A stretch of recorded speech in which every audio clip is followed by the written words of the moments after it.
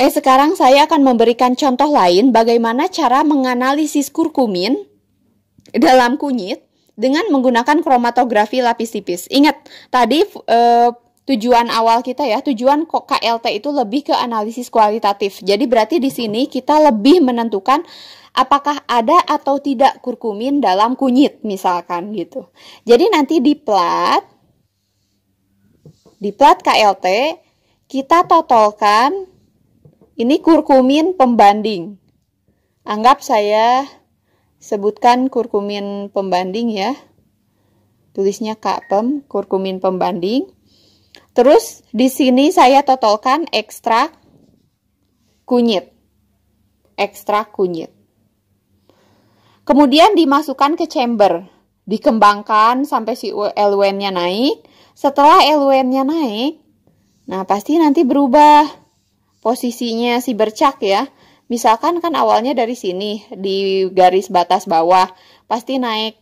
Kalau kurkumin pembandingnya misalkan naik di sini ya, spotnya ada di sini. Terus kunyit, ekstrak kunyit karena terdiri dari berbagai macam senyawa biasanya menghasilkan spot yang banyak. Nah nanti saya cek ini RF-nya sama enggak, sejajar enggak. Terus di bawah sinar UV menghasilkan warna yang sama atau tidak. Kalau misalkan RF-nya sama atau letaknya sejajar dan menghasilkan warna yang sama di bawah sinar UV, berarti kita bisa menyimpulkan bahwa kunyit mengandung kurkumin. Misalkan atau kita pakai sampel lain bisa untuk melakukan analisis kualitatif. Ya. Ini cara menghitung RF atau retardasi faktor, di mana rumusnya adalah Y per X sama dengan A plus B per 2 per X. Ya. Y adalah A plus B per 2.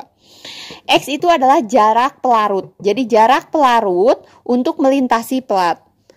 X ini dihitung dari berapa panjang, pakai mistar ya, pakai penggaris, berapa panjang dari batas bawah plat ke batas atas plat.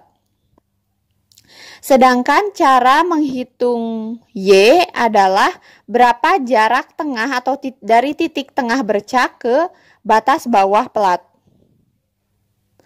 Nah, karena kita biasanya bercak itu bentuknya besar.